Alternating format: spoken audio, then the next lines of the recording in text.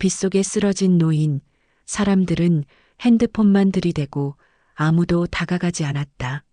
사람 목숨은 돈보다 귀하다. 남편의 마지막 말이 떠올랐고 영숙은 떨리는 손으로 노인을 업었다. 며칠 후 그 노인이 금융그룹 회장이라는 사실을 알게 되었다. 하지만 회장의 아들은 차갑게 물었다. 아버지 재산 노리고 접근한 거 아닙니까? 선의로 한 일이 의심받는 순간 영숙의 자존심은 산산조각 났다. 영숙이의 오해가 풀릴 것 같다면 구독과 좋아요 부탁드립니다. 서울 변두리 재개발 예정지였다가 멈춰버린 낡은 다세대 주택 골목입니다. 회색빛 시멘트 담장 사이로 겨울바람이 스며들고 골목 어귀에는 철거 예정이라는 낡은 플래카드가 바람에 펄럭이고 있습니다. 새벽 5시 김영숙은 알람 소리도 없이 눈을 뜹니다. 63세. 이제는 몸이 먼저 시간을 기억하는 나이가 되었습니다. 손을 뻗어 전등을 켜면 방 안가득 남편의 흔적이 남아 있습니다. 낡은 액자 속 웃고 있는 남편의 얼굴, 그 옆에 놓인 위패. 영숙은 매일 아침 그 앞에서 물 한 잔을 올리고 짧게 인사를 합니다. 여보, 다녀올게요. 목소리는 작지만 단단합니다. 슬픔을 삼킨 사람의 목소리였습니다. 부엌으로 향하는 영숙의 손은 거칠고 마디마디 굵습니다. 설거지로, 청소로, 살림으로 세월을 견뎌낸 손이었습니다. 싱크대 위에는 고무장갑 한 켤레가 놓여 있고 영숙은 그것을 집어들며 작은 한숨을 내쉽니다. 오늘도 긴 하루가 시작되는 겁니다. 집을 나서는 영숙의 뒷모습은 조금 구부정합니다. 허리가 아프다기보다는 세상의 무게를 등에 짊어진 사람처럼 보입니다. 골목을 빠져나가는 그 모습을 아무도 보지 않습니다. 새벽은 언제나 고요하고 외롭습니다. 영숙이 도착한 곳은 동네 한식당이었습니다. 간판은 낡았지만 불은 환합니다. 할매 손맛 한식이라는 글씨가 세월의 때를 먹고 있었습니다. 영숙은 뒷문으로 들어서며 앞치마를 두릅니다. 주방은 이미 뜨거운 열기로 가득했고 사장은 국을 끓이느라 바쁩니다. 아이고, 사장님. 오늘도 미역국 많이 나갔네. 경상도 억양이 살짝 섞인 영숙의 말투는 정겹습니다. 하지만 눈빛은 달랐습니다. 언제나 조용히 가라앉아 있는 무언가를 포기한 사람의 눈빛이었습니다. 영숙 씨, 고생이 많아요. 오늘도 부탁해요. 사장은 짧게 인사하고 다시 불 앞으로 돌아섭니다. 영숙은 묵묵히 고개를 끄덕이고 싱크대 앞에 섭니다. 산더미처럼 쌓인 그릇들, 기름때, 국물 자국, 밥알. 영숙의 일과는 이렇게 시작됩니다. 손을 물에 담그는 순간 영숙은 문득 멈춥니다. 30년 전 남편과 함께 분식집을 하던 때가 떠오릅니다. 그때도 이렇게 설거지를 했습니다. 하지만 그땐 달랐습니다. 옆에 남편이 있었고 웃음이 있었고 희망이 있었습니다. 영수가 손 안 시려? 남편은 늘 그렇게 물었습니다. 그리고 따뜻한 물을 더 받아주곤 했습니다. 영숙은 그때마다 웃으며 말했습니다. 괜찮아요. 우리 돈 모아서 집 사야지. 그 집은 결국 샀습니다. 외환위기 이후 어렵게 일궈낸 집이었습니다. 남편은 택시를 몰았고 영숙은 식당 일을 했습니다. 밤낮 없이 일했고 손이 부르트고 허리가 아파도 참았습니다. 그렇게 모은 돈으로 산 집, 작지만 따뜻한 그들만의 공간이었습니다. 하지만 이제 그 집은 없습니다. 영숙은 그릇을 닦으며 눈을 감습니다. 아들 생각이 납니다. 아들은 사업을 한다며 보증을 서달라고 했습니다. 영숙은 망설였지만 결국 도장을 찍었습니다. 아들이니까, 피부치니까, 그게 어미의 도리라고 생각했으니까. 하지만 아들의 사업은 무너졌습니다. 빚이 쌓였고 결국 집이 넘어갔습니다. 영숙은 아무 말도 하지 못했습니다. 아들은 그 뒤로 연락이 끊겼습니다. 미안하다는 말 한마디 없이 그렇게 사라졌습니다. 밤이 되면 영숙은 혼자 중얼거립니다. 그래도 내 자식인데 어미가 안아줘야지. 용서한 건지 포기한 건지 영숙도 잘 모릅니다. 다만 미워할 힘조차 남아있지 않은 것뿐입니다. 남편은 10년 전 세상을 떠났습니다. 택시 운전으로 망가진 허리, 제대로 치료받지 못한 몸은 결국 버티지 못했습니다. 병원에서 마지막 순간 남편은 영숙의 손을 꼭 잡고 말했습니다. 영숙아, 사람 목숨은 돈보다 귀하다. 그거 하나만 기억해라. 영숙은 그때 고개를 끄덕였지만 그 말의 의미를 제대로 이해하지 못했습니다. 왜 그런 말을 남겼는지, 왜 그게 그렇게 중요했는지. 하지만 그 말은 영숙의 가슴 한편에 남아 가끔씩 떠오릅니다. 설거지를 마친 영숙은 앞치마를 벗고 식당을 나섭니다. 저녁 6시. 거리는 어둡고 사람들은 바쁘게 오갑니다. 영숙은 천천히 걷습니다. 버스 정류장까지는 10분 거리. 발이 아프지만 익숙한 아픔입니다. 버스를 기다리며 영숙은 하늘을 올려다봅니다. 구름이 무겁게 깔려 있습니다. 비가 올 것 같습니다. 영숙은 가방 속 우산을 확인하고 작게 한숨을 내쉽니다. 오늘도 하루가 가네. 그렇게 영숙의 하루는 끝나갑니다. 특별할 것 없는 평범한 하루. 하지만 영숙에게는 그 평범함조차 버거운 날들이었습니다. 비가 내리기 시작했습니다. 초겨울 저녁의 비는 차갑고 날카로웠습니다. 영숙은 우산을 펼치며 버스 정류장 앞에 섭니다. 사람들이 하나둘 모여들고 모두들 스마트폰만 들여다보고 있습니다. 그때였습니다. 정류장 건너편에서 사람들이 웅성거리기 시작했습니다. 아이고, 어르신이 쓰러졌어. 어떻게 119 불렀어? 영숙은 고개를 돌립니다. 검은 코트를 입은 노인이 길바닥에 쓰러져 있었습니다. 80대쯤 되어 보이는 노인은 움직이지 않았고 빗물이 그 얼굴 위로 흘러내리고 있었습니다. 주변 사람들은 몇 발짝 떨어져서 구경만 할 뿐 아무도 가까이 다가가지 않습니다. 몇몇은 휴대폰을 꺼내 영상을 찍기 시작했습니다. 영숙은 우산을 든 채 그 모습을 바라봅니다. 가슴 한편이 무겁게 가라앉았습니다. 도와야 하는데. 하지만 발이 떨어지지 않았습니다. 괜히 도왔다가 무슨 일이 생기면 어쩌나. 나중에 책임을 물으면 어쩌나. 세상은 그런 이야기로 가득했습니다. 선의를 베풀었다가 오히려 피해를 보는 사람들의 이야기. 나는 더 이상 잃을 게 없는데도 왜 이렇게 무서울까? 그런데 그때 문득 남편의 목소리가 들렸습니다. 영숙아, 사람 목숨은 돈보다 귀하다. 그 말이 귓가에서 맴돌았습니다. 영숙은 눈을 감았습니다. 병상에 누워 마지막 숨을 몰아쉬던 남편의 얼굴이 떠올랐습니다. 영숙은 이를 악물었습니다. 그리고 우산을 접었습니다. 비켜 보이소. 영숙의 목소리는 단호했습니다.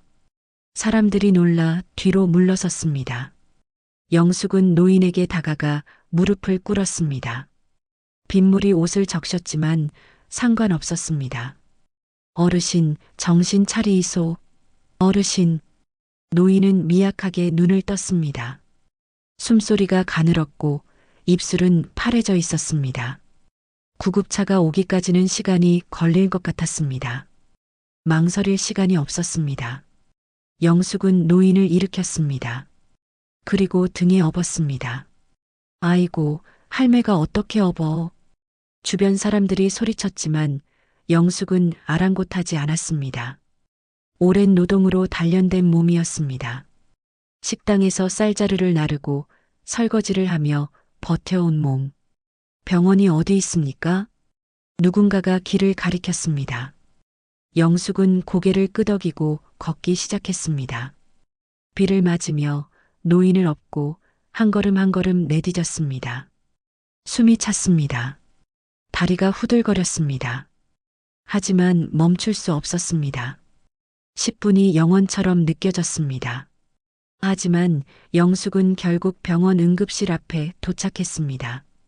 문을 열고 들어서자 간호사들이 놀라 달려왔습니다. 어머, 어르신, 빨리 들것 가져와요. 노인은 들것에 실렸고 의료진이 재빨리 응급처치를 시작했습니다. 영숙은 그 모습을 멍하니 바라보다가 그제야 자신의 상태를 느꼈습니다. 온몸이 비에 젖어 있었고 손은 떨리고 있었습니다. 간호사가 물었습니다. 보호자세요? 아닙니다. 길에서 쓰러진 거 봐가지고 연락처 남겨주실 수 있으세요? 영숙은 잠시 망설이다가 고개를 끄덕였습니다. 간호사는 메모지에 번호를 적었습니다. 영숙은 그렇게 병원을 나섰습니다. 밖은 여전히 비가 내리고 있었습니다. 여보, 내가 잘한 거 맞지? 영숙은 하늘을 올려다봤습니다. 빗방울이 얼굴에 떨어졌습니다. 차가웠지만 왠지 모르게 따뜻했습니다. 사흘이 지났습니다. 영숙은 그 일을 잊고 일상으로 돌아갔습니다. 그런데 어느 날 오후 영숙의 휴대폰이 울렸습니다. 여보세요? 김영숙 씨 맞으십니까? 낯선 목소리였습니다. 정중하고 차분한 목소리. 예, 그런데 누구십니까? 저는 서울중앙병원 사회사업팀입니다. 며칠 전에 응급실로 노인분을 업고 오셨죠? 영숙은 순간 긴장했습니다. 예, 그런데 혹시 무슨 문제라도? 아닙니다. 오히려 감사드리려고 연락드렸습니다. 전화 너머로 잠시 침묵이 흘렀습니다. 그리고 이어진 말에 영숙의 심장이 멎는 듯 했습니다. 구조하신 분이 금융그룹 창업주 박정우 회장님이십니다. 예. 영숙의 목소리가 떨렸습니다. 그 큰 금융그룹 그 회장님을 제가... 네, 맞습니다. 회장님께서 깨어나셔서 김영숙 씨를 꼭 만나고 싶다고 하십니다. 내일 병원으로 방문해 주실 수 있으신가요? 영숙은 멍하니 전화기를 쥐고 있었습니다. 머릿속이 하얘졌습니다.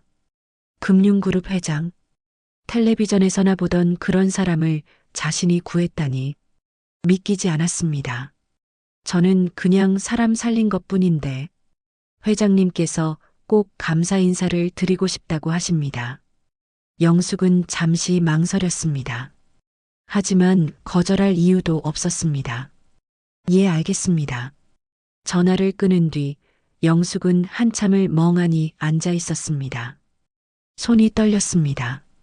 금융그룹 회장, 재벌, 그런 세계는 영숙과는 너무 먼 곳이었습니다.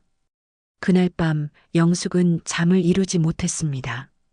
남편의 위패 앞에 앉아 중얼거렸습니다. 여보, 내가 무슨 일에 휘말린 거 아닐까? 하지만 대답은 없었습니다. 다만 어둠 속에서 남편이 남긴 그 말만이 맴돌았습니다. 사람 목숨은 돈보다 귀하다.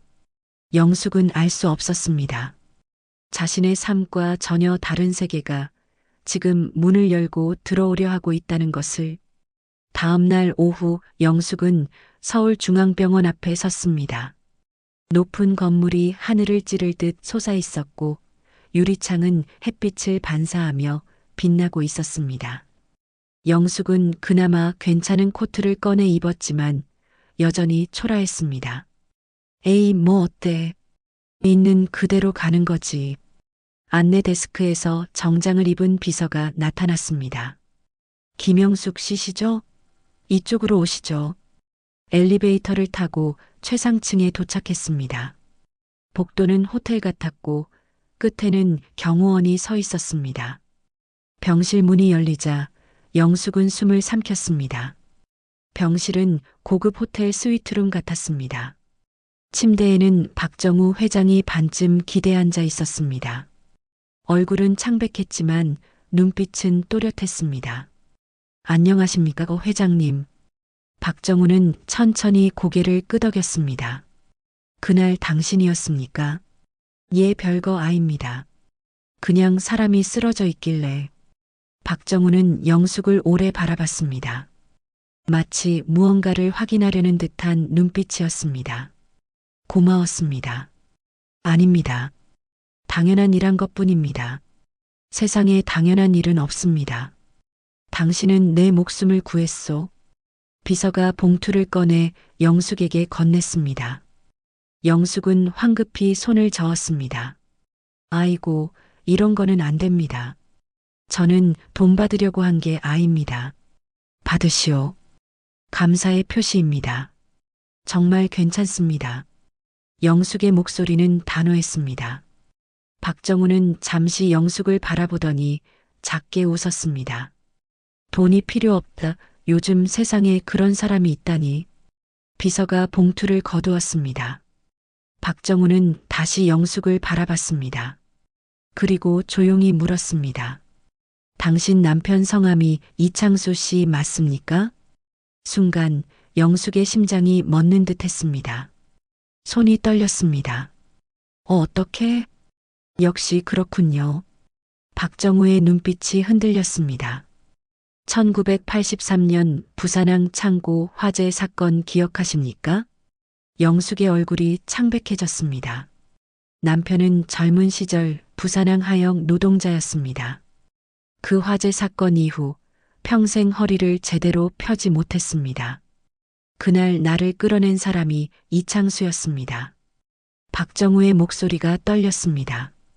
창고 안에 불이 났고 나는 갇혀 있었소.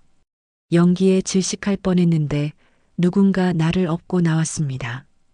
그 사람이 이창수였소. 영숙의 눈에 눈물이 맺혔습니다. 그이가 회장님을? 그 사람 덕분에 내가 살았고 지금의 금융그룹도 세울 수 있었습니다. 하지만 나는 그 사람을 찾지 못했소. 이름도 몰랐고 얼굴도 제대로 기억하지 못했으니까. 박정우는 눈을 감았습니다. 그런데 당신이 나를 구했을 때 문득 그 사람이 떠올랐소. 묻지도 따지지도 않고 목숨을 걸고 나를 구했던 그 사람. 영숙은 입술을 깨물었습니다. 남편은 평생 그 일을 자랑하지 않았습니다. 보상도 요구하지 않았습니다. 그 이는 10년 전에 세상을 떠났습니다. 영숙의 목소리가 떨렸습니다. 박정우는 눈을 떴습니다. 그 눈에는 깊은 슬픔이 담겨 있었습니다. 그렇군요. 결국 은혜를 갚지 못했군요. 은혜는 무슨 그이는 그냥 사람 살린 것뿐입니다. 아니요. 나는 이창수 씨에게 빚을 졌고 당신에게도 빚을 졌소. 이 빚은 반드시 갚아야 합니다.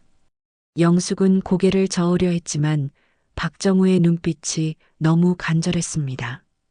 그때 병실 문이 거칠게 열렸습니다. 아버지, 무리하시면 안 됩니다. 정장을 입은 중년 남자가 들어왔습니다. 50대 초반쯤 되어 보이는 남자는 차갑고 날카로운 인상이었습니다. 박정우의 아들, 현 그룹 회장 박현준이었습니다. 박현준은 영숙을 싸늘하게 바라봤습니다. 이분이 그날 아버지를 구한 분입니까? 그렇네. 박정우가 대답했습니다. 박현준은 영숙을 위아래로 훑어봤습니다. 그 시선은 차갑고 날카로웠습니다. 감사합니다. 하지만 아버지께서 아직 회복 중이시니 이만 돌아가 주시겠습니까? 말은 정중했지만 어조는 차가웠습니다. 영숙은 본능적으로 한 발 물러섰습니다. 아, 예. 그럼 저는 이만. 잠깐. 박정우가 손을 들었습니다. 현준아, 이분은 내 아버지 목숨을 구한 분이야. 그리고 박정우는 잠시 말을 멈췄습니다. 그리고 조용히 덧붙였습니다. 이분 남편이 40년 전 내 목숨을 구했네. 박현준의 표정이 미묘하게 변했습니다. 놀람과 의심이 섞인 표정이었습니다. 그게 무슨 말씀이십니까? 나중에 설명하지. 지금은 이분을 편히 보내드려라. 박현주는 잠시 침묵하다가 고개를 끄덕였습니다. 하지만 영숙을 바라보는 눈빛은 여전히 차가웠습니다. 영숙은 황급히 인사를 하고 병실을 나섰습니다. 복도를 걸어 나오는 내내 등 뒤에서 누군가 지켜보는 느낌이 들었습니다. 영숙은 엘리베이터에 올라타고서야 한숨을 내쉬었습니다. 이상한 일에 휘말린 거 아닐 거. 엘리베이터가 내려가는 동안 영숙의 가슴은 두근거렸습니다. 불안했습니다. 뭔가 잘못된 방향으로 흘러가고 있다는 느낌이 들었습니다. 일주일이 지났습니다. 영숙은 다시 일상으로 돌아갔습니다.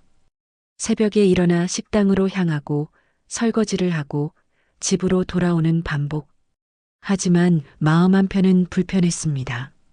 박정우 회장과의 만남이 자꾸 떠올랐습니다. 남편이 그런 일을 했었구나.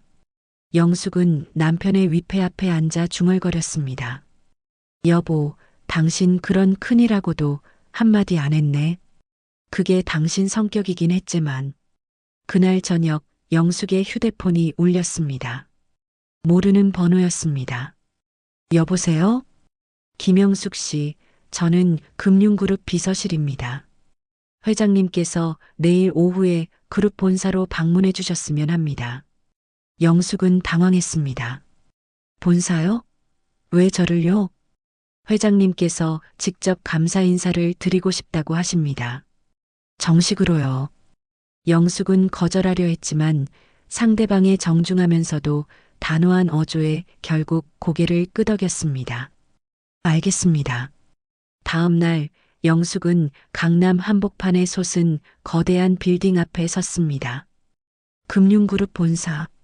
유리로 된 외벽이 햇빛을 받아 반짝였고 사람들은 모두 정장을 입고 바쁘게 오갔습니다.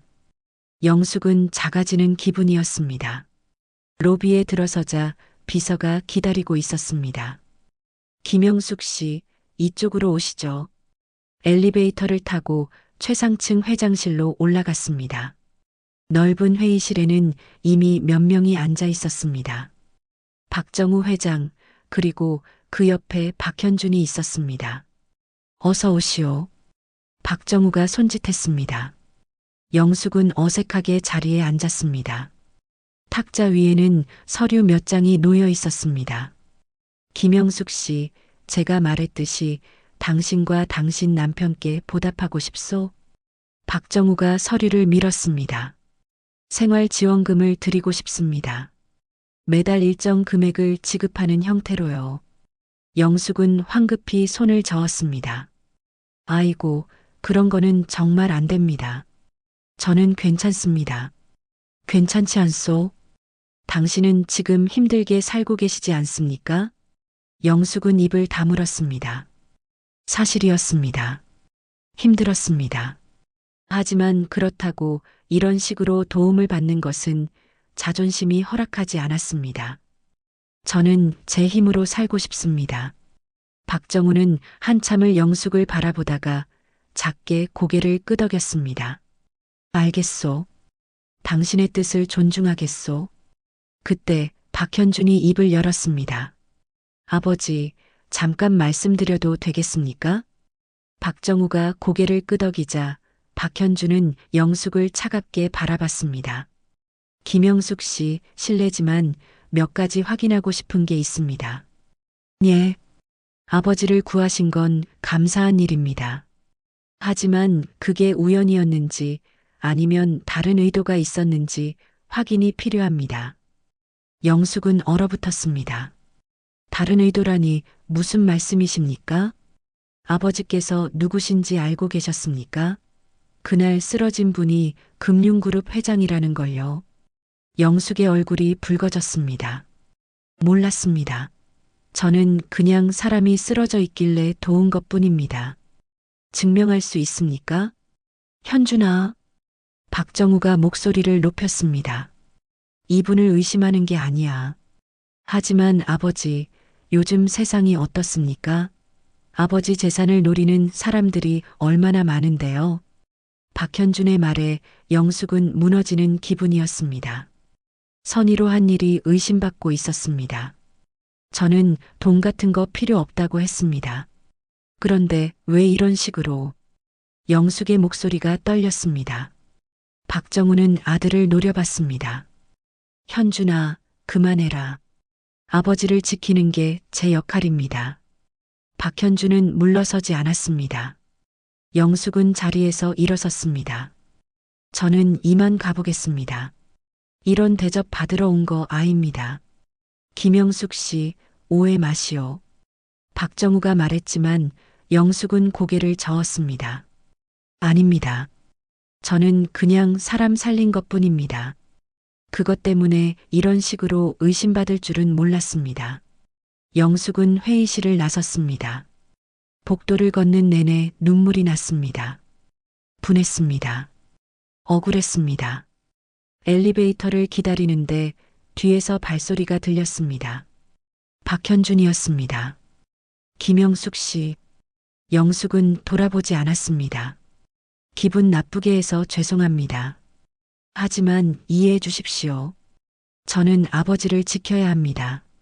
그래서 저를 의심하는 겁니까? 저는 욕심이 없다고 했는데도요?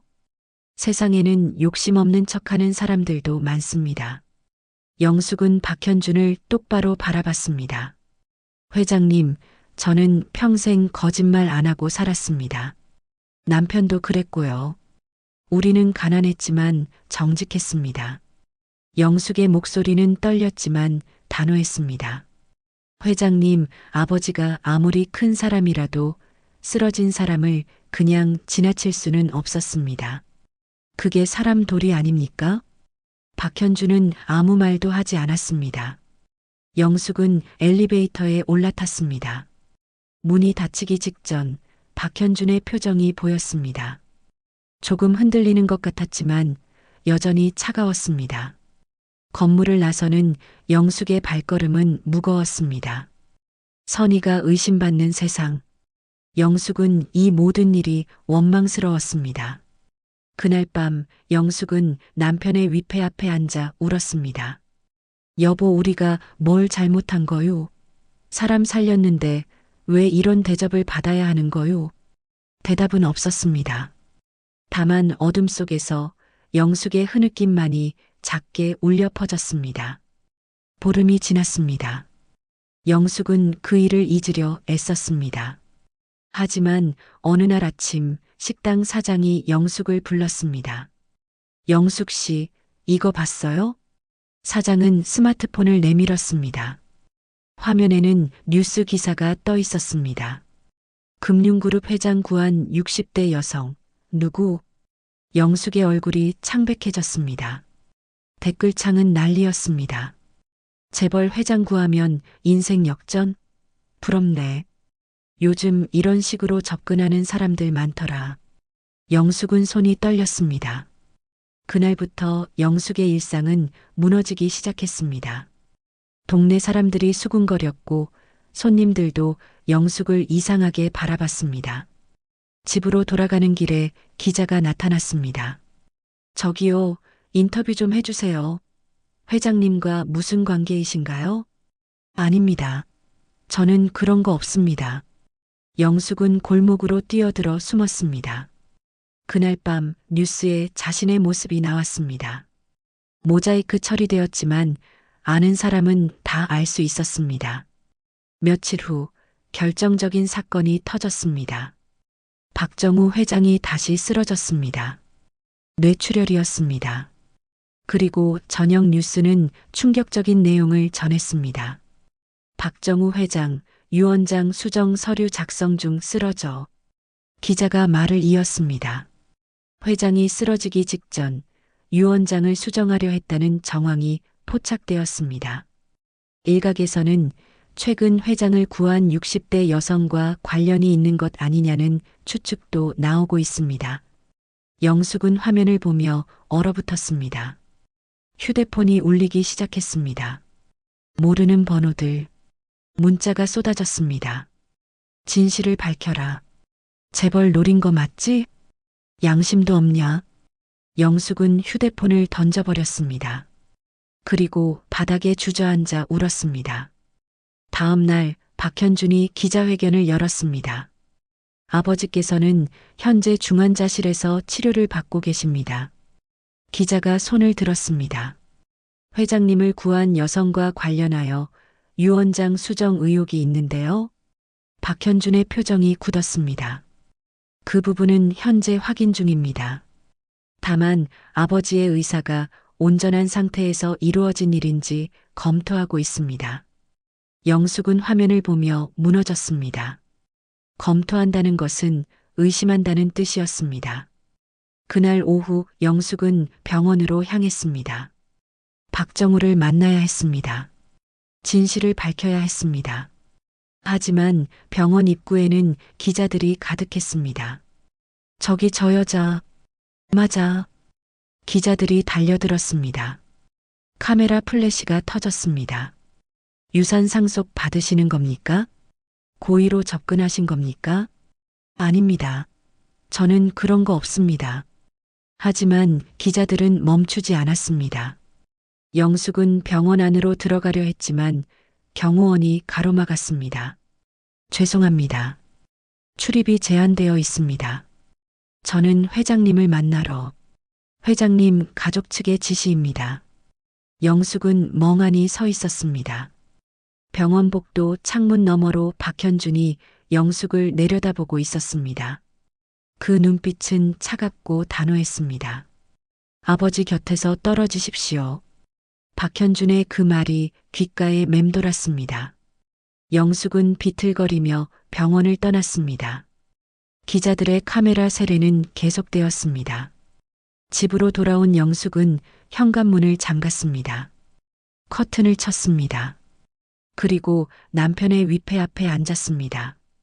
여보, 내가 또 욕심낸 걸로 보이네. 목소리는 잠겨 있었습니다. 아들 때문에 집 잃고 이제는 사람 살렸다고 욕먹고 내가 살아온 인생이 이렇게 하찮았나? 영숙은 고개를 떨어뜨렸습니다. 모든 게 무너지는 기분이었습니다.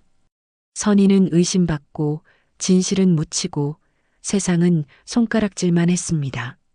그날 밤 영숙은 남편의 낡은 수첩을 꺼냈습니다. 서랍 깊숙이 넣어두었던 수첩. 남편이 생전에 적어두었던 기록들이 있었습니다. 페이지를 넘기던 영숙의 손이 멈췄습니다. 1983년 2월 15일이라는 날짜 아래 짧은 글이 적혀 있었습니다. 오늘 창고 화재. 박정우라는 청년이 안에 있었다. 그놈은 살아야 한다. 나보다 큰일 할 사람이다. 영숙은 그 글을 읽고 또 읽었습니다. 눈물이 흘러내렸습니다. 남편은 알고 있었습니다. 자신이 구한 사람이 누구인지, 그리고 그 사람이 얼마나 중요한 사람인지. 하지만 남편은 아무것도 요구하지 않았습니다. 보상도 감사도 아무것도. 영숙은 수첩을 가슴에 안았습니다. 여보, 당신은 이렇게 살았구나. 아무것도 바라지 않고. 그 순간 영숙은 깨달았습니다. 자신이 해야 할 일이 무엇인지, 남편의 이름을 지켜야 한다는 것을, 진실을 밝혀야 한다는 것을. 영숙은 눈물을 닦았습니다. 그리고 수첩을 꼭 쥐었습니다. 여보, 내가 당신 이름 더럽히지 않을게. 꼭. 다음 날 아침 영숙은 남편의 수첩을 가방에 넣었습니다. 그리고 금융그룹 본사로 향했습니다. 이번에는 도망가지 않을 생각이었습니다. 로비에 들어서자 사람들이 영숙을 쳐다봤습니다. 수군거리는 소리가 들렸습니다. 영숙은 개의치 않고 안내 데스크로 갔습니다. 박현준 회장님을 만나고 싶습니다. 직원은 난처한 표정을 지었습니다. 예약이 되어 계신가요? 없습니다. 하지만 꼭 만나야 합니다. 죄송하지만 예약 없이는. 그때 엘리베이터에서 박현준이 내렸습니다. 비서들과 함께 걷고 있던 박현준은 영숙을 보고 멈췄습니다. 영숙은 그에게 다가갔습니다. 회장님, 잠깐만 시간 내주이소. 박현준의 표정은 차갑게 굳어 있었습니다. 할 말이 없습니다. 돌아가십시오. 아닙니다. 이것만은 꼭 드려야겠습니다. 영숙은 가방에서 수첩을 꺼냈습니다. 낡고 해진 수첩. 박현주는 그것을 내려다봤습니다. 이게 뭡니까? 우리 남편이 평생 간직했던 겁니다. 회장님, 아버지에 대한 기록이 있습니다. 박현주는 잠시 망설이다가 수첩을 받았습니다. 페이지를 넘겼습니다. 1983년 2월 15일. 그 날짜 아래 적힌 글을 읽었습니다. 박정우라는 청년이 안에 있다. 그놈은 살아야 한다. 나보다 큰일 할 사람이다. 박현준의 눈빛이 흔들렸습니다. 계속 읽어 내려갔습니다. 보상은 안 받기로 했다. 사람 목숨은 돈으로 계산하는 게 아니니까. 박현준은 수첩을 천천히 덮었습니다. 그리고 영숙을 바라봤습니다. 처음으로 그 눈빛에 의심이 아닌 다른 감정이 보였습니다. 이게 진짜입니까? 우리 남편이 직접 쓴 겁니다. 거짓말 아닙니다. 영숙의 목소리는 떨렸지만 단호했습니다. 내는 돈 필요 없습니다. 대신 회장님, 아버지가 평생 마음의 빚으로 남아 있었다는 거, 그거는 알고 계셔야지. 박현주는 한참을 말없이 서 있었습니다. 주변 사람들이 쳐다봤지만 박현주는 신경 쓰지 않았습니다. 사무실로 오시죠. 박현준의 말에 영숙은 고개를 끄덕였습니다. 회장실은 넓고 조용했습니다. 박현준은 창가에 서서 수첩을 다시 펼쳤습니다. 한참을 읽더니 조용히 물었습니다. 남편분은 어떤 분이셨습니까? 영숙은 잠시 생각했습니다. 평범한 사람이었습니다. 택시 몰면서 가족 먹여 살리고 힘들어도 불평 안 하고 그렇게 살았습니다. 왜 보상을 받지 않으셨습니까? 그이는 그런 사람이었습니다. 사람 살리는 게 당연한 일이라고 생각했으니까요. 박현주는 창밖을 바라봤습니다. 제가 김영숙 씨를 오해했습니다. 괜찮습니다. 아들이 아버지 지키려는 건 당연한 일 아닙니까? 영숙의 말에 박현주는 고개를 돌렸습니다. 하지만 당신을 의심하고 상처드린 건 잘못이었습니다. 그건 그렇습니다. 영숙의 솔직한 대답에 박현주는 작게 웃었습니다. 처음 보는 표정이었습니다. 김영숙 씨, 한 가지 부탁드려도 되겠습니까? 뭡니까? 아버지께 이 수첩을 보여드리고 싶습니다. 아버지께서 깨어나시면요. 영숙은 잠시 망설이다가 고개를 끄덕였습니다. 그러이소. 그이도 그걸 원할 겁니다. 박현주는 수첩을 조심스럽게 책상 위에 놓았습니다. 그리고 언론에 해명하겠습니다. 김영숙 씨가 순수하게 아버지를 구했다는 걸. 아이고, 그런 건 안 해도 해야 합니다. 당신이 받은 상처에 대한 최소한의 책임입니다. 영숙은 뭐라 대답할 말을 찾지 못했습니다. 박현주는 진지했습니다. 그날 오후 박현주는 다시 기자회견을 열었습니다. 영숙은 집에서 그 모습을 지켜봤습니다. 먼저 김영숙 씨께 사과드립니다. 박현준의 첫마디에 기자들이 웅성거렸습니다. 김영숙 씨는 순수하게 제 아버지를 구하셨습니다. 아무런 대가도 바라지 않으셨습니다. 오히려 저희가 드리려는 감사의 표시조차 거절하셨습니다. 박현주는 수첩을 들어보였습니다. 이것은 김영숙 씨 남편께서 남기신 기록입니다. 1983년 그분은 제 아버지의 목숨을 구하셨습니다. 그리고 어떤 보상도 받지 않으셨습니다. 기자들이 카메라 셔터를 눌렀습니다. 사람의 목숨은 돈으로 계산하는 게 아니라고 하셨답니다. 그 정신을 김영숙 씨께서도 이어받으신 겁니다. 박현준의 목소리가 떨렸습니다. 저는 제 아버지를 지키려다 선의를 의심했습니다. 그것은 제 잘못입니다. 김영숙 씨와 그분의 남편께 깊이 사과드립니다. 영숙은 화면을 보며 눈물을 닦았습니다. 며칠 후 영숙에게 연락이 왔습니다. 김영숙 씨 회장님께서 깨어나셨습니다. 영숙은 병원으로 달려갔습니다. 이번에는 기자도 경호원도 막지 않았습니다. 병실에 들어서자 박정우가 침대에 앉아 있었습니다. 여전히 약해 보였지만 눈빛은 살아 있었습니다. 오셨습니까? 박정우의 목소리는 작았지만 따뜻했습니다. 영숙은 고개를 숙여 인사했습니다. 회장님 깨어나셔서 다행입니다. 박정우는 영숙을 오래 바라보다가 옆에 놓인 수첩을 가리켰습니다. 이창수 씨의 글 읽었습니다. 예. 나보다 큰일 할 사람이라고 하셨더군요. 박정우의 눈에 눈물이 맺혔습니다. 결국 그분께 빚을 갚지 못했습니다. 아닙니다. 회장님은 큰일 하셨잖습니까? 그이가 살린 목숨이 이렇게 많은 일을 했으니 그이도 기뻐할 겁니다. 박정우는 고개를 끄덕였습니다. 그리고 조용히 말했습니다. 이제는 제가 누군가를 살려야겠습니다. 한 달 후 금융그룹 본사 대회의실, 박정우 회장이 휠체어에 앉아 있었습니다. 회복 중이었지만 의지는 확고했습니다. 회의실에는 임원들과 가족이 모여 있었습니다. 박현준도 아버지 옆에 앉아 있었습니다. 오늘 중요한 발표를 하겠습니다. 박정우의 목소리는 떨렸지만 힘이 있었습니다. 유 원장은 수정하지 않겠습니다. 회의실이 조용해졌습니다. 모두가 숨을 죽였습니다. 대신 새로운 결정을 내렸습니다.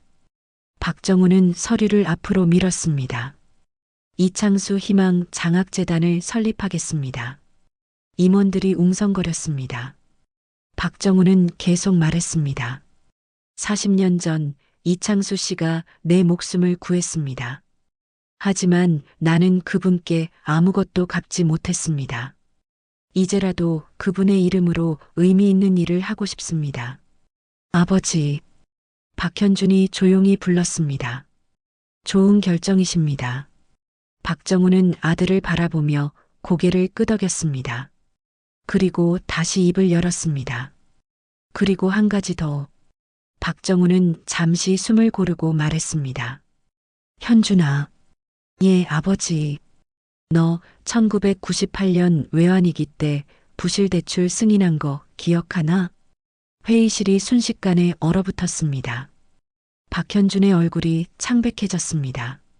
아버지 그때 회사가 망할 뻔했지.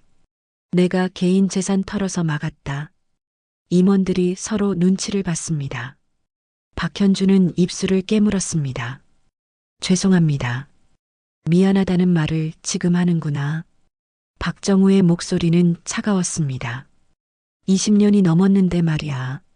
아버지, 변명의 여지가 없습니다. 박현준은 고개를 숙였습니다. 박정우는 한참을 아들을 바라보다가 작게 한숨을 내쉬었습니다. 현준아, 내가 왜 이 이야기를 꺼냈는지 아나? 사람의 은혜를 모르면 돈도 잃는다. 직책도 잃고 신뢰도 잃지. 박정우는 창밖을 바라봤습니다. 이창수 씨는 내 목숨을 구하고도 아무것도 바라지 않았어. 김영숙 씨도 마찬가지야. 하지만 우리는 어떤가? 가진 게 많으니 의심부터 하고 계산부터 하고. 회의실은 고요했습니다. 내가 이창수 씨에게 배운 게 있다면 사람 목숨은 돈보다 귀하다는 거야. 그런데 나는 그걸 잊고 살았지. 박정우는 다시 박현준을 바라봤습니다. 너도 잊지 마라. 돈은 다시 벌 수 있어도 사람의 신뢰는 한 번 잃으면 끝이야. 명심하겠습니다, 아버지. 박현준의 목소리가 떨렸습니다.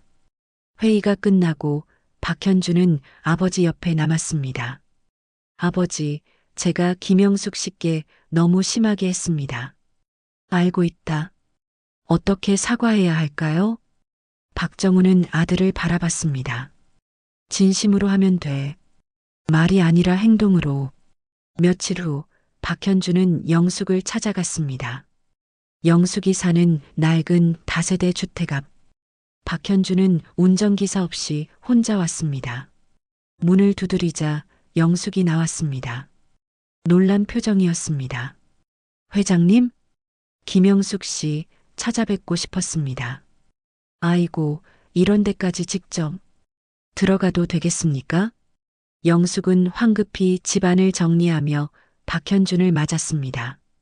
좁고 낡은 방. 하지만 깨끗했습니다. 박현준은 남편의 위패를 보고 고개를 숙였습니다. 이창수 어르신께 인사드립니다. 영숙은 그 모습에 가슴이 뭉클했습니다. 앉으이소. 두 사람은 작은 탁자를 사이에 두고 마주 앉았습니다. 박현주는 봉투를 꺼냈습니다. 이건 아닙니다. 영숙이 손을 저었습니다. 돈 아닙니다. 장학재단 이사 위촉장입니다. 예. 이창수 희망 장학재단. 김영숙 씨께서 이사로 참여해 주셨으면 합니다. 영숙은 당황했습니다. 저는 배운 것도 없는 사람인데 학벌이 중요한 게 아닙니다. 진심이 중요합니다. 누구보다 이창수 어르신의 뜻을 잘 아시는 분은 김영숙 씨니까요. 영숙은 위촉장을 받아들었습니다. 손이 떨렸습니다. 이창수 희망 장학재단. 어려운 환경의 학생들을 돕는 재단입니다. 남편분의 정신을 이어가고 싶습니다. 영숙의 눈에 눈물이 맺혔습니다. 감사합니다. 제가 감사드려야 합니다. 아버지를 구해주시고 저에게 중요한 걸 깨닫게 해주셔서. 박현주는 진심이었습니다. 영숙은 눈물을 닦았습니다. 우리 남편이 살린 목숨이 이렇게 좋은 일에 쓰이니 그이도 기뻐할 겁니다.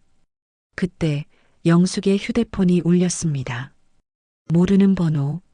영숙은 받았습니다. 여보세요? 엄마.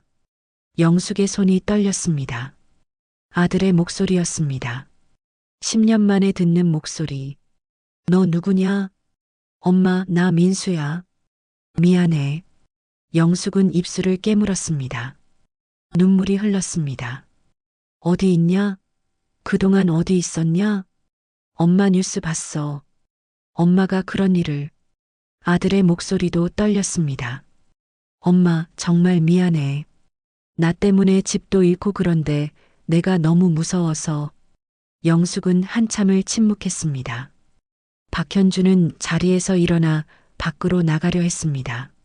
하지만 영숙이 손을 저었습니다. 민수야.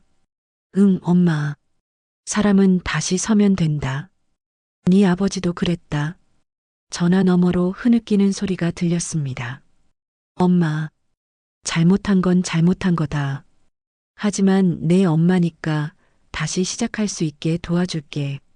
영숙의 목소리는 단호하면서도 따뜻했습니다.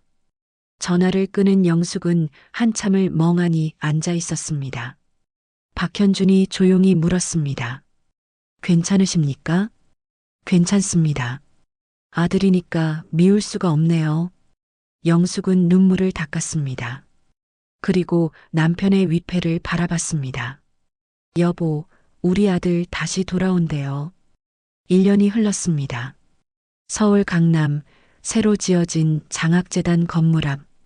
이창수 희망 장학재단이라는 현판이 햇빛을 받아 빛나고 있었습니다.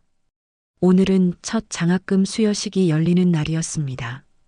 행사장은 사람들로 가득했습니다. 장학생으로 선발된 학생들과 그 가족들, 그리고 언론. 영숙은 무대 옆에 서서 그 모습을 바라봤습니다. 검은색 정장을 입은 영숙은 예전과 달라 보였습니다.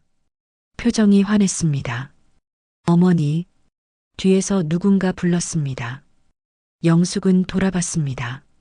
36살 아들 민수가 서 있었습니다. 많이 여위었지만 눈빛은 맑았습니다. 왔구나. 네, 어머니. 늦어서 죄송합니다. 민수는 조심스럽게 말했습니다. 영숙은 아들의 손을 잡았습니다. 괜찮다. 오기만 해도 고맙다.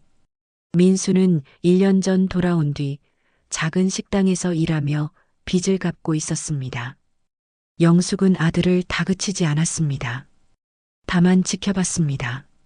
아들이 다시 설 수 있도록. 어머니, 아버지께서 보시면 자랑스러워 하실 겁니다. 민수의 말에 영숙은 고개를 끄덕였습니다. 그랬으면 좋겠구나. 무대 위로 박정우 회장이 휠체어를 타고 올라왔습니다. 박현준이 옆에서 휠체어를 밀었습니다. 박정우는 여전히 약해 보였지만 얼굴에는 미소가 있었습니다. 여러분, 오늘 이 자리에 함께 해주셔서 감사합니다. 박정우의 목소리가 행사장에 울려 퍼졌습니다. 이 재단은 한 분의 희생으로 시작되었습니다. 1983년 이창수 씨는 저의 목숨을 구하셨습니다. 아무런 대가도 바라지 않으셨습니다. 박정우는 잠시 말을 멈추고 영숙을 바라봤습니다. 그분의 부인 김영숙 씨는 40년이 지나 다시 저를 구하셨습니다. 역시 아무것도 바라지 않으셨습니다. 사람들이 박수를 쳤습니다. 영숙은 얼굴이 붉어졌습니다. 이분들께서 보여주신 것은 진정한 선의입니다. 계산 없는 선의. 그 선의에 보답하고자 이 재단을 만들었습니다. 박정우는 서류를 들어 올렸습니다. 오늘부터 매년 100명의 학생에게 장학금을 지급합니다. 경제적으로 어렵지만 꿈을 포기하지 않는 학생들에게요. 다시 박수가 터졌습니다. 박정우는 영숙에게 손짓했습니다. 김영숙 이사님 나오시죠. 영숙은 당황했지만 민수가 등을 떠밀었습니다. 어머니 가세요. 영숙은 천천히 무대로 올라갔습니다. 사람들의 시선이 집중되었습니다. 영숙은 떨리는 손으로 마이크를 잡았습니다. 저는 배운 것도 없고 말도 잘 못하는 사람입니다. 영숙의 경상도 억양이 섞인 목소리에 사람들이 미소 지었습니다. 하지만 한 가지는 확실히 알고 있습니다. 사람 목숨은 돈보다 귀하다는 거. 영숙은 남편의 위패가 있는 집을 떠올렸습니다. 우리 남편이 그렇게 살았고 저도 그렇게 살려고 합니다. 이 재단이 그런 마음을 이어갔으면 좋겠습니다. 박수가 터졌습니다. 영숙은 고개를 숙여 인사했습니다. 장학금 수여가 시작되었습니다. 학생들이 한 명씩 무대로 올라왔습니다. 영숙은 그 아이들의 손을 잡았습니다. 18, 19살. 꿈을 품은 아이들의 손은 떨리고 있었습니다. 열심히 공부해라. 네 꿈 꼭 이뤄라. 영숙은 한 명 한 명에게 그렇게 말했습니다. 진심이었습니다. 행사가 끝나고 영숙은 박정우와 단둘이 남았습니다. 박정우는 창밖을 바라보며 말했습니다. 김영숙 씨, 고맙습니다. 제가 뭘 했다고요? 당신이 없었다면 이 일도 없었을 겁니다. 나는 그냥 빚을 지고 죽을 뻔했죠. 영숙은 고개를 저었습니다. 회장님은 큰일 하셨습니다. 우리 남편이 살린 목숨이 이렇게 많은 사람을 돕고 있지 않습니까? 박정우는 영숙을 바라봤습니다. 이창수 씨가 저를 살렸고 당신이 저를 다시 살렸습니다. 이제 저도 누군가를 살려야죠. 영숙은 고개를 끄덕였습니다. 그게 맞습니다. 저녁이 되었습니다. 영숙은 집으로 돌아갔습니다. 낡은 다세대 주택. 하지만 이제는 외롭지 않았습니다. 현관문을 열자 민수가 저녁을 준비하고 있었습니다. 어머니, 오셨어요? 그래, 고생했구나. 두 사람은 작은 식탁에 마주 앉았습니다. 국과 반찬. 소박한 저녁이었지만 따뜻했습니다. 어머니, 제가 다시 시작해도 될까요? 민수가 조심스럽게 물었습니다. 영숙은 아들을 바라봤습니다. 당연하지. 사람은 언제든 다시 시작할 수 있다. 아버지도 그렇게 말씀하셨을까요? 그랬을 게다. 네 아버지는 그런 사람이었어. 민수는 눈시울이 붉어졌습니다. 영숙은 아들의 손을 꼭 잡았습니다. 천천히 가자. 우리. 식사를 마치고 영숙은 남편의 위패 앞에 섰습니다. 물 한 잔을 올리고 조용히 말했습니다. 여보, 당신이 살린 목숨이 이렇게 돌아오네요. 100명의 아이들이 꿈을 꿀 수 있게 됐어요. 영숙은 창문을 열었습니다. 서울의 겨울 하늘이 보였습니다. 유난히 맑았습니다. 별이 총총히 빛나고 있었습니다. 당신도 보고 있지? 저 하늘에서. 영숙은 작게 미소 지었습니다. 가슴 한편이 따뜻했습니다. 오랜만에 느끼는 평화였습니다. 비 오는 날 쓰러진 한 노인과 모든 것을 잃은 한 여인. 두 사람은 서로의 인생의 빚을 갚았습니다. 그리고 그 빚은 더 많은 사람들에게 희망으로 이어졌습니다. 영숙은 하늘을 올려다보며 속삭였습니다. 여보, 우리 잘 살았지? 가난했어도 힘들었어도 사람답게 살았지? 대답은 없었습니다. 하지만 영숙은 알고 있었습니다. 남편도 같은 마음일 거라는 것을. 서울의 겨울 하늘이 유난히 맑았습니다. 그리고 영숙의 마음도 오랜만에 환하게 개인 듯 했습니다. 사연이 마음에 드신다면 구독과 좋아요 부탁드립니다.